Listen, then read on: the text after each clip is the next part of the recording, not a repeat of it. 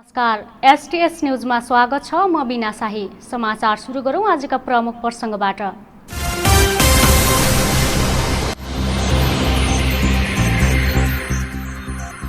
करोडौं खर्च गरेर बनाएका सडक मर्मत सम्भार नहुँदा चाँडै बिग्रदै सडक संरक्षणको दायित्व किटान र बजेटको अन्योलताले वर्षेनी अरबौंको क्षति।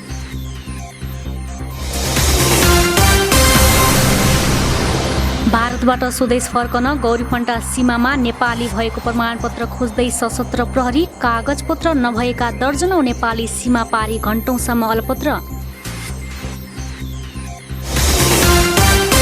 अस्पताल स्थापनाको 57 वर्षपछि महाकाली अस्पतालमा सघन उपचार सेवा सुरु। अत्याधुनिक उपकरण जडान गरी दक्ष जनशक्तिबाट सेवा सुविधा उपलब्ध गराइने। कोरोना संकटका बेला धनगढीमा रगत अभाव भएपछि स्वयंसेवी समूह सक्रिय। घर घरै पुगेर 1 हप्तासम्म रगत संकलन अभियान सञ्चालन गरिँदै।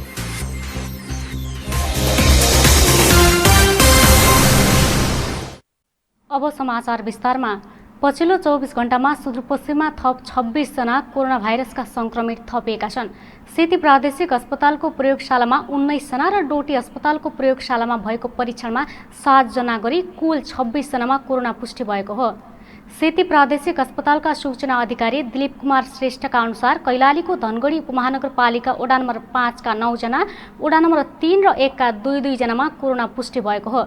यस्तै कैलालीकै लम्कीछुवा नगरपालिका 10, बर्दगुरिया गाउँपालिका 2, जानकी गाउँपालिका 3 का 1 जनामा कोरोना संक्रमण भेटिएको छ। कञ्चनपुरको भीमदत्त नगरपालिका 18 का 1 जना र कञ्चनपुरकै बेतकोट नगरपालिकाका 1 जनामा समेत कोरोना भाइरसको संक्रमण पुष्टि भएको छ। पछिल्लो 24 घण्टामा सेती प्रादेशिक अस्पतालको प्रयोगशालामा 693 जनाको परीक्षण गरिएको थियो। पछिल्लो 24 घण्टामा जिल्ला अस्पताल डोटीको प्रयोगशालामा 83 जनाको कोरोना परीक्षण भएकोमा 7 जनामा संक्रमण पुष्टि भएको अस्पतालले जनाएको छ।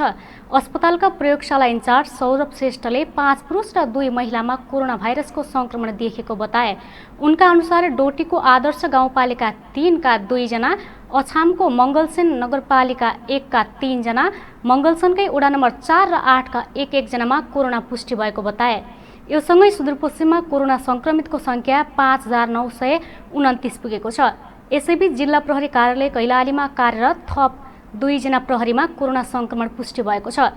सेती प्रादेशिक अस्पतालको प्रयोगशालामा भएको परीक्षणमा कार्यरत 27 र 36 वर्षीय प्रहरीमा कोरोना संक्रमण पुष्टि भएको हो। यो सँगै कैलालीमा संक्रमित प्रहरीको संख्या 7 पुगेको छ। यसअघि जिल्ला प्रहरी कार्यालय र मातहतका कार्यालयमा कार्यरत 5 जना प्रहरीमा कोरोना पुष्टि भएको थियो। यसैबीच नेपालमा थप 879 जनामा कोरोना भाइरसको संक्रमण देखिएको छ। 24 घण्टामा देशका विभिन्न प्रयोगशालामा गरिएको परीक्षणमा यी व्यक्तिमा कोरोना भाइरसको संक्रमण पोजिटिभ देखिएको स्वास्थ्य तथा जनसङ्ख्या मन्त्रालयका प्रवक्ता डाक्टर ज्ञानेश्वर गौतमले जानकारी दिए। यो सँगै सहित नेपालमा कोरोना संक्रमित हुनेको संख्या 39,460 पुगेको छ। पछिल्लो 24 घण्टामा थप 588 जना कोरोना संक्रमण मुक्त भएका छन्। यो सँगै नेपालमा हालसम्म 21,410 उपचारपछि निको भएका छन्। सरकारवाला निकायको समयमै ध्यान जान नसक्दा कञ्चनपुरका करोडौंको बजेटमा निर्माण भएका सडकहरू जीर्ण हुन थालेका छन्। विभिन्न समयमा केन्द्र, प्रदेश र स्थानीय सरकारको करोडौंका बजेटमा निर्माण भएका कञ्चनपुरका सडक समयमा मर्मत सम्भार नहुँदा जीर्ण हुँदै गएका छन्। सडक निर्माण गर्दा मापदण्ड पूरा नगरी निर्माण हुने र ढल निकासको समेत कुनै व्यवस्था नगरिँदा वर्षातको समयमा बाढीको पानीले सडक भत्किने गरेको छ। उचित सरसफाई र मर्मत नहुँदा तथा छेउछाउमा झाडी र घाँसपात उम्रेर आधा सडकहरू ढाकिदिँदा अन्यसम्म समस्या भइरहेको छ। सरकारवाला निकायको ध्यान जान नसक्दा कालोपत्रे र आरसिसी गरिएका सडकका आधा हिस्सा नै अहिले घाँसपात र बुट्यानले छोपिँदै गएको छ। कोरोनाको महामारी फैलिनु अघि कञ्चनपुरका स्थानीय तहहरूसँग मिलेर सामुदायिक प्रहरी सेवा केन्द्र लगायत विभिन्न सङ्घ संस्थाले सरसफाई अभियान सञ्चालन गरेको भए पनि अहिले जोखिमका कारण यस्ता कार्यक्रमहरू स्थगित भएका छन्। विभिन्न ओडाहरूमा गठन भएका टोल विकास संस्थाहरू समेत सरसफाईका कुनै कार्यक्रमहरू सञ्चालन नगरी निष्क्रिय बनेका छन्। अव्यवस्थित रूपमा ढल निकास बिना सडक निर्माण गरिनु अदूरदर्शी विकासको नमुना भएको स्थानीयको बुझाइ छ। स्थानीय सरकारको समेत लापरवाहीका कारण सडक जीर्ण बन्दै गएको भीमदत्त नगरपालिका वडा नम्बर 5 का विनोद भट्टको भनाइ छ। भनेपछि यो 9 मिटरको बाटो हो। 9 मिटरको बाटोको 4 मिटरमा पिच छ। पिचको साइडमा पनि तपाईँको हेर्नुहोस् झारी कस्तो छ। यो झारीले गर्दा दुर्घटना हुन सक्ने सम्भावना। सडक बाटोमा तपाईँको हेभी सवारी साधन आयो भने सानो एउटा साइकल मोटरसाइकललाई पनि क्रस गर्न गाह्रो, एकदमै गाह्रो के।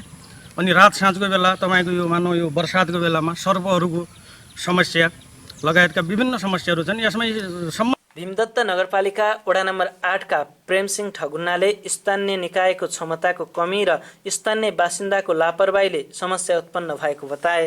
कस्तो छ बजार जस्तो ठाउँमा यस्तो चाहिँ नालीहरू भरिरहेछ भने चाहिँ हाम्रो त गाउँघर हो, त्यो त स्वाभाविकै हो। तर केही न केही मतलब सरसफाइ गर्नको लागि यसमा चाहिँ पक्कै पनि कमी। सरकारले निर्माण गरेको संरचनाहरूको मर्मत सम्भार र सरसफाइमा स्थानीय जनताको महत्त्वपूर्ण भूमिका हुनुपर्ने र आफ्नो टोल छिमेकमा आफैले सरसफाइ गर्नुपर्ने उनले बताए।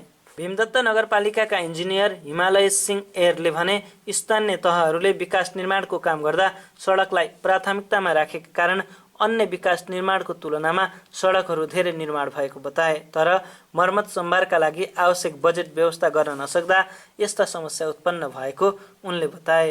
आगामी दिनमा वडा कार्यालय र टोल विकास संस्था मार्फत सडकको सरसफाइका कार्यक्रमहरू सञ्चालन गर्न पहल गर्ने उनले बताए। यो विगतका 4-5वटा आर्थिक वर्षहरूमा सडकको क्षेत्रमा धेरै लगानी गरेको छ। पूर्वाधार क्षेत्रभित्र पनि सडकमा हामी झन्डै 50% हाराहारीमा चाहिँ पैसा खर्च भएको अवस्था हो।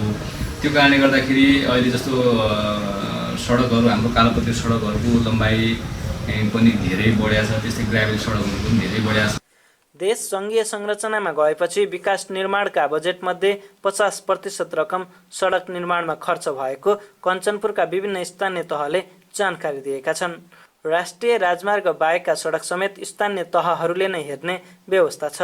तर तिनको उचित संरक्षणमा ध्यान नदिँदा करोडौँ खर्चिएर बनाएका सडक छिट्टै बिग्रिने गरेका छन्। सेती प्रादेशिक अस्पतालले कोरोना संक्रमित गम्भीर खालका बिरामीको प्लाज्मा थेरापीबाट उपचार सुरु गर्ने भएको छ। प्लाज्मा थेरापीबाट उपचार गर्न अस्पतालले प्लाज्मा दान गर्ने व्यक्तिको खोजी सुरु गरेको छ।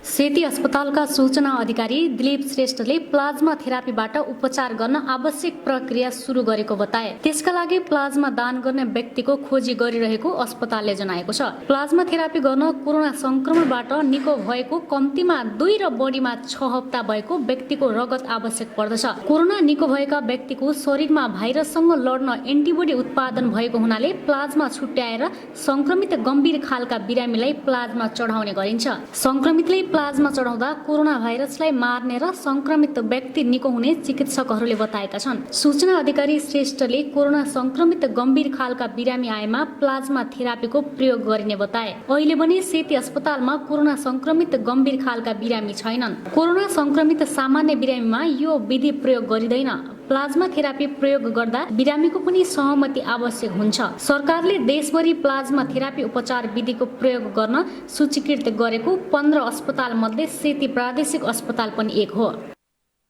नेपाल भारत सीमानामा डोके बजारको सुरक्षा जिम्मेवारी कञ्चनपुरले लिएपछि भारतबाट आउने नेपालीहरू विभिन्न समस्यामा पर्न थालेका छन्। सीमामा सुरक्षाकर्मीले नेपाली नागरिक भएको प्रमाण खोज्ने र अधिकांशसँग त्यस्तो कागजपत्र नभएकोले उनीहरू समस्यामा परेका छन्। सोमबार मात्रै भारतबाट सीमामा आइपुगेका दर्जनौं नागरिक नाकामै रोकिएका छन्। उनीहरूसँग नेपाली नागरिक भएको प्रमाण नभएकोले नाकामै रोकिएको सीमानामा खटेका सुरक्षाकर्मीले बताएका छन्। भारतका विभिन्न ठाउँबाट घर फर्कन गौरीफन्ट नाकामा पुगेका कैयौं नेपाली यति बेला सीमा क्षेत्रमा अलपत्र परेका छन्। सीमा क्षेत्रमा खटिएको सशस्त्रले उनीहरूको साथमा नेपाली हो भन्ने यकिन पहिचान नभएको भन्दै सीमामै रोक्ने गरेको छ। सीमामा अलपत्र परेका बौनियाका करण सिंह भुलले भारत जाने बेला कुनै कागजात आवश्यक नपरेको तर फर्किँदा नागरिकता लगायतका कागजात आवश्यक पर्ने भनिएपछि घण्टौंदेखि नाकामै अलपत्र परेको गुनासो गरे। आफ्नो पहिचान खुल्ने कागजात घरमै भएको तर साथमा नहुँदा नेपाल छिर्न नपाएको उनले गुनासो गरे। आफूलाई नाकामा कागजात आवश्यक पर्ने बारे थाहा नभएको उनले बताए। अनि आफूसँग नेपाली आधार कार्ड केही पनि नहुँदाखेरि यहाँ बसाइरहेछन् हामीहरूलाई। अगर नेपाली दाजुभाइ दिदीबहिनीहरू इन्डियादेखि नेपाल आउँदाखेरि कोही प्रुफ हुनु पर्यो, नत्र भने यसै हामी जस्तै तिमीलाई दुःख पाइनेछ। नेपालको कोही भी प्रुफ, स्कुलको सर्टिफिकेट, नागरिकता भयो, पहिचान पत्र केही भए पुग्यो म जान दिन्छु भन्नु। यहाँ जेबमा के छैन, घरमा नागरिकता छ, स्कुलको सर्टिफिकेट छ, मार्कसिट छ, सब छ। भारतबाट आएका कञ्चनपुरका रामु दमाईले पनि 3 घण्टादेखि नाकामा अलपत्र परेको बताए। उनीसँग नेपाली नागरिकता साथमा छैन भने घरबाट मगाउनका लागि परिवार सम्पर्कमा छैनन्। उनले नाका प्रवेशका लागि यस्तो झन्झट आउला भनी कल्पना पनि नगरेको बताए।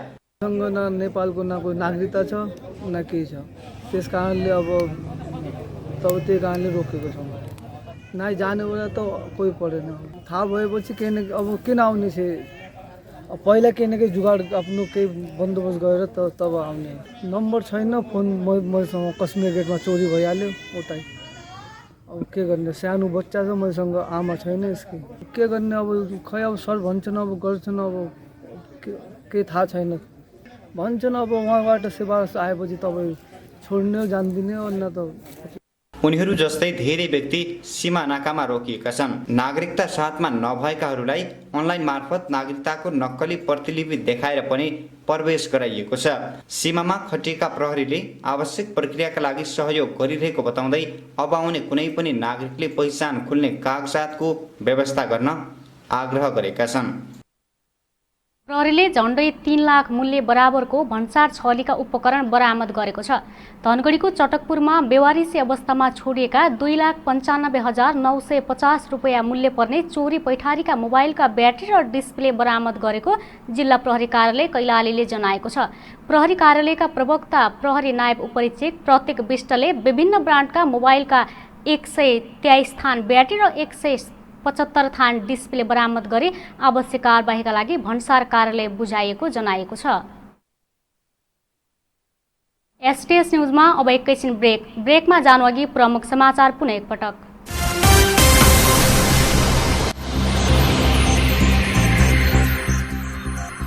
करोडौं खर्च गरेर बनाएका सडक मर्मत सम्भार नहुँदा चाँडै बिग्रदै सडक संरक्षणको दायित्व किटान र बजेटको अन्योलताले वर्षेनी अरबौंको क्षति।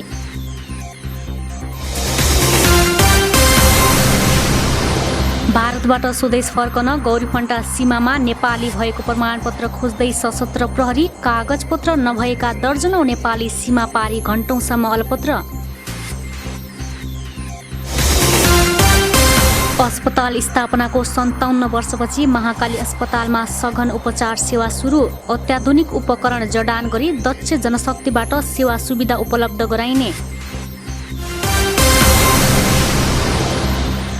कोरोना संकटका बेला धनगढीमा रगत अभाव भएपछि स्वयंसेवी समूह सक्रिय, घर घरै पुगेर 1 हप्तासम्म रगत संकलन अभियान सञ्चालन गरिँदै।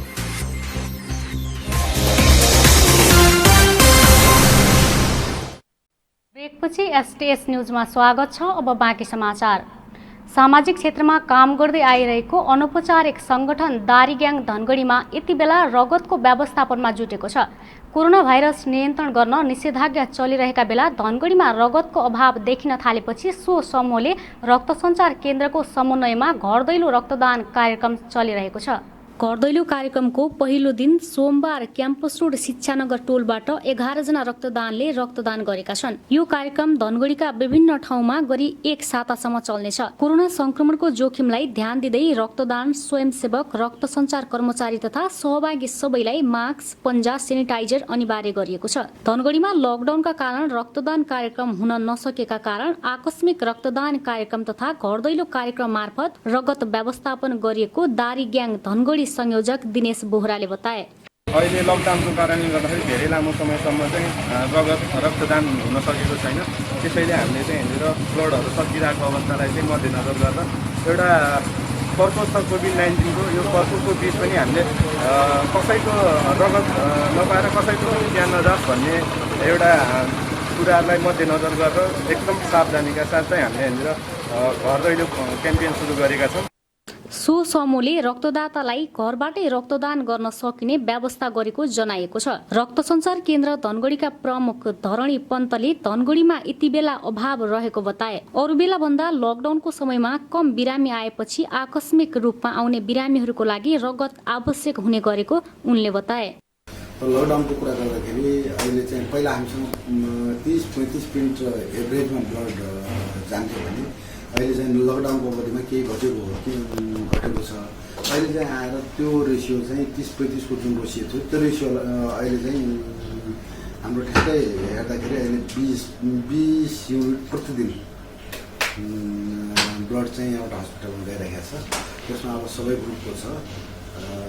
यो लकडाउनको अवधिमा अलिकति मान्छेहरू बाहिर ननिस्किने, आवत जावत राम्रो छैन, गाडी मोटरहरू चलेको छैन, त्यो कारणले गर्दाखेरि पनि होला मान्छेहरू आउन पाएको छैन। महामारीका बेला रोकिएको कैयौं विकास निर्माणका काम अझै सुचारू हुन सकेका छैनन्।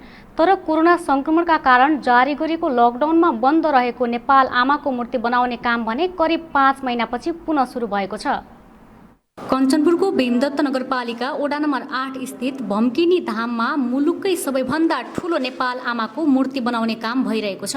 बन्दाबन्दीका कारण झण्डै 5 महिना रोकिएको मूर्ति निर्माणको काम अहिले धमाधम भइरहेको छ। मूर्ति निर्माणको जिम्मा पाएको भ्याली कन्स्ट्रक्सनका अनुसार लकडाउनको समयमा काम रोकिए पनि अहिले धमाधम काम चलिरहेको छ। नेपाल आमाको मूर्तिको डेमो तयार भइसकेको र यति बेला कमलको फूलको आकृति बनिरहेको ठेकेदार मनोहर महर्जनले बताए। यो 75 फिटको नेपाल आमा बनाउन आएको हामी। अहिले सुरुमा चाहिँ हामीले यो माटोको सानो स्याम्पल बनाएर त्यो पास भइसक्यो।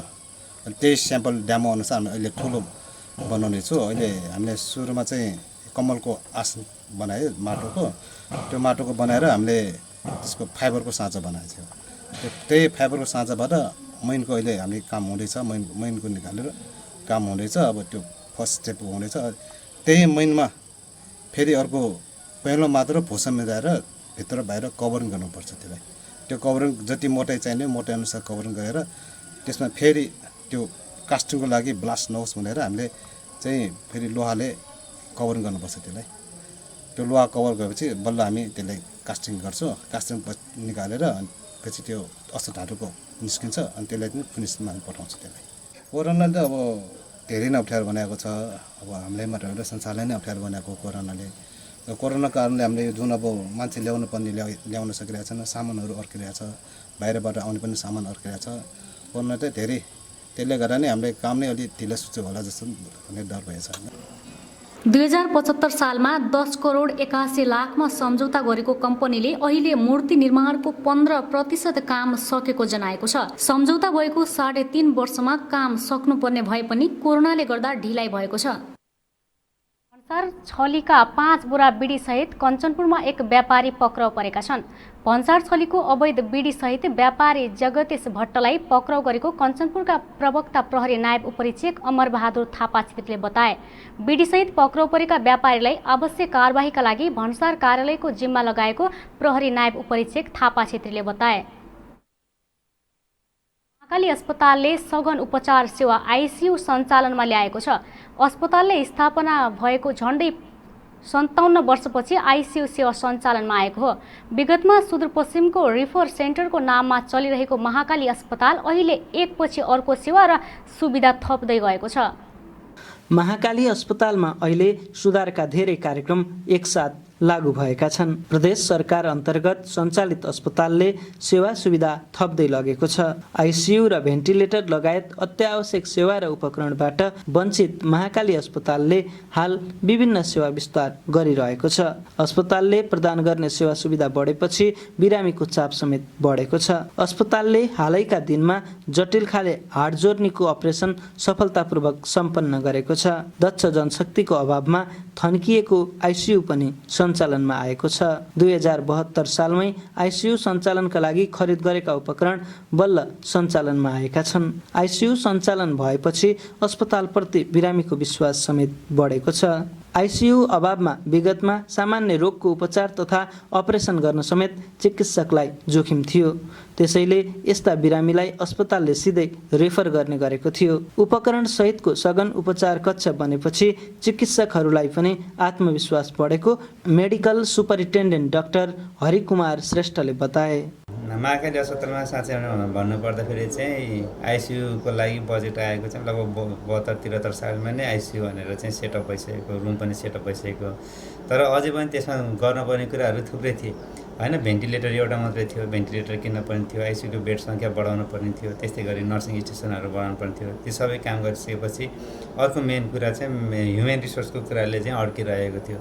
अहिले चाहिँ हामीले चाहिँ 2जना एमडिजिपी, 1जना एनेस्थेसियोलोजिस्टको भरमा चाहिँ आइसियु सेवा सञ्चालन दिइरहेका छौँ।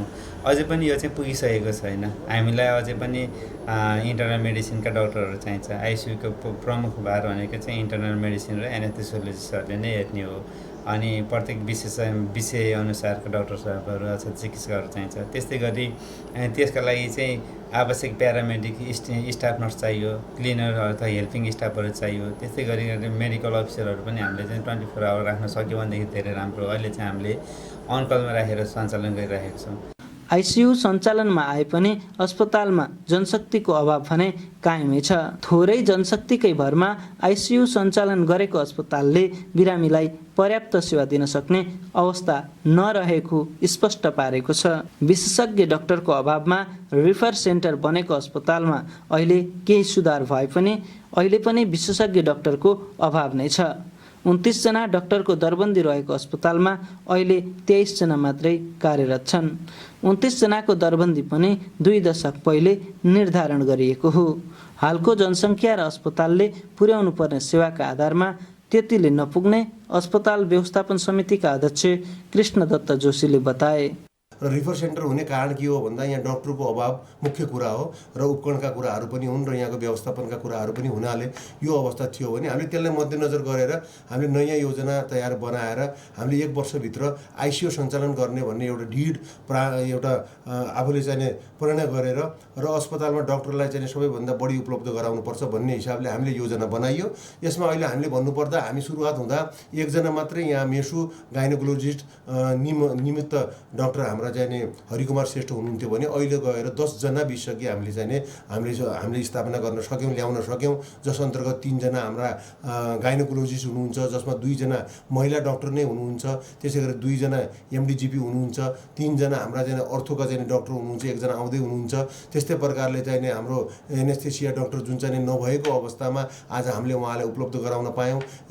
त्यसै गरेर चाहिँ प्याथोलोजी डाक्टर, त्यसै गरेर डेन्टिस्ट गराएर हाम्रो 11 जना विशेषज्ञलाई हामीले पाउन सफल भयौँ भने अर्कोतिर एमबिबिएस डाक्टर मिलाएर हाम्रो 23 जना डाक्टर भएका छन्, जसको दरबन्दी यहाँ 29 दरबन्दी देखाइएको छ र अझै पनि हामीले 6 जना विशेषज्ञ 7 जनासम्म विशेषज्ञ पाउनु बाँकी छ। अस्पतालले अहिले ICU, ventilator, pharmacy, thyroid, ultrasound लगायत विभिन्न सेवा सुविधा उपलब्ध गराइरहेको छ।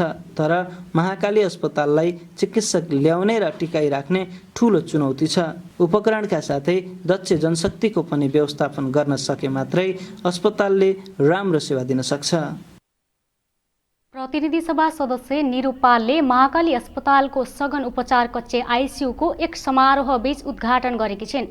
पछिल्लो समय सुधारको दिशातर्फ अग्रसर हुँदै गएको अस्पतालमा आइसियुसँगै अत्याधुनिक थाइराइड प्रयोगशाला समेत सुरु गरिएको छ।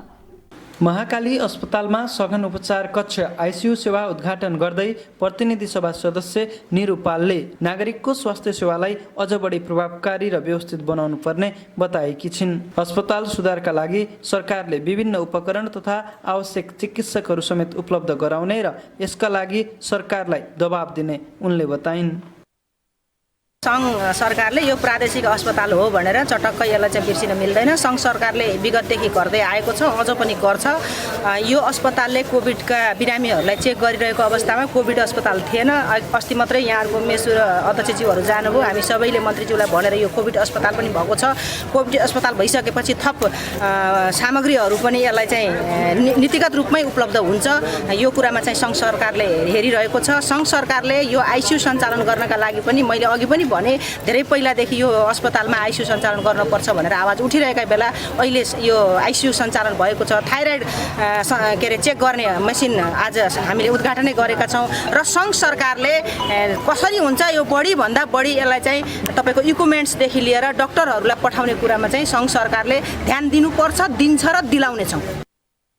महाकाली अस्पतालका निमित्त मेडिकल सुपरिन्टेन्डेन्ट डाक्टर हरिकुमार श्रेष्ठले अस्पतालको स्तरोन्नतिका लागि थप काम गरिने जनाएका छन्।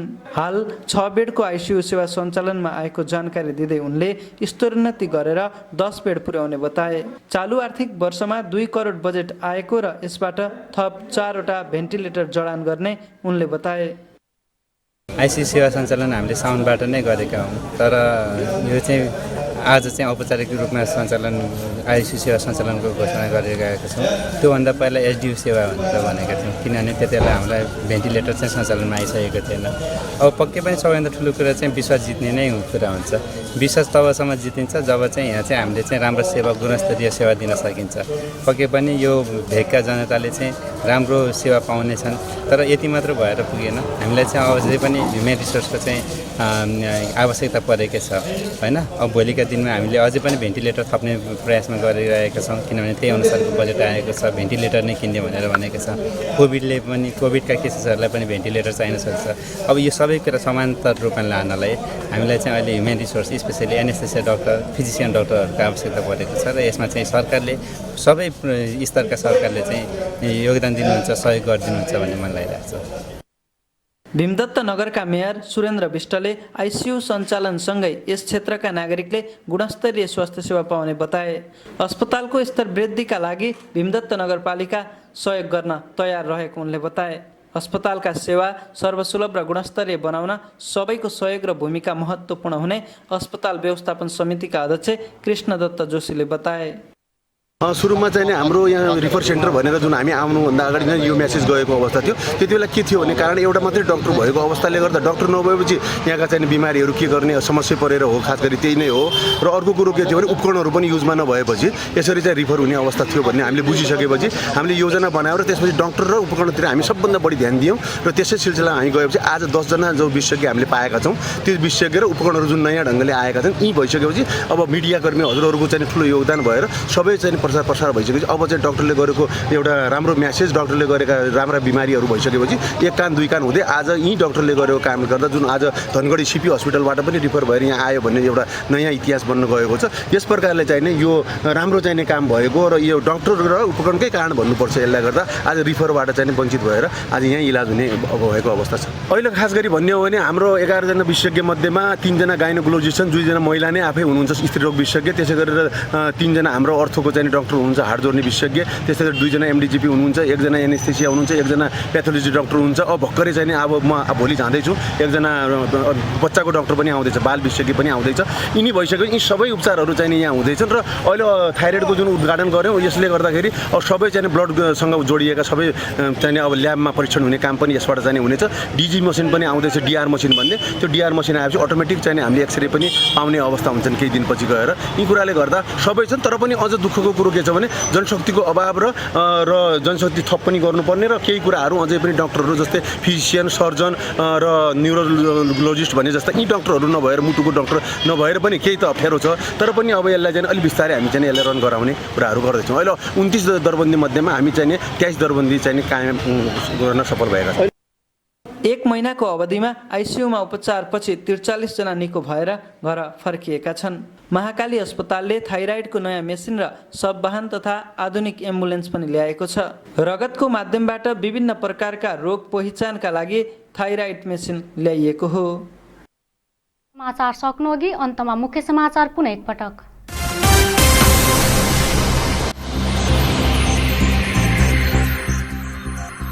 करोडौं खर्च गरेर बनाएका सडक मर्मत सम्भार नहुँदा चाँडै बिग्रदै सडक संरक्षणको दायित्व किटान र बजेटको अन्योलताले वर्षेनी अरबौंको क्षति।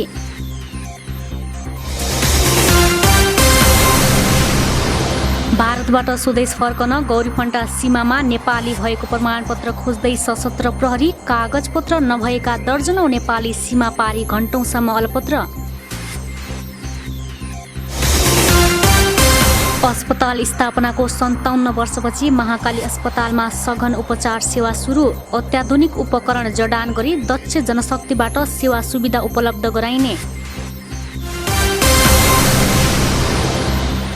कोरोना सङ्कटका बेला धनगढीमा रगत अभाव भएपछि स्वयंसेवी समूह सक्रिय। घर घरै पुगेर 1 हप्तासम्म रगत सङ्कलन अभियान सञ्चालन गरिँदै।